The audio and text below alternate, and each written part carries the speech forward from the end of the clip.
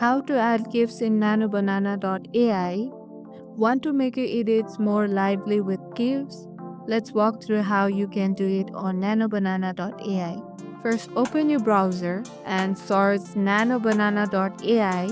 Once the website loads, make sure you are signing to your account. Now scroll down to AI editor section. Here you will see options like image to image or text to image. Currently, NanoBanana.ai is mainly an AI image editor. That means it does not really support creating or editing animated GIFs inside platform. But here's the trick. You can still use NanoBanana.ai to create your image with prompt like adding effect, background or style, and then export the image.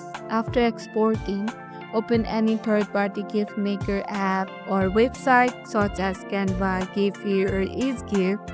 Upload the image you generated from NanoBanana.ai and arrange them in sequence to create your GIFs. So, while NanoBanana.ai helps you create the best image, you will need another tool for actually put them together into a GIF. And that's it. If you found this guide helpful, don't forget to like the video, subscribe, and hit the bell icon for more quick tutorials. Thank you for watching.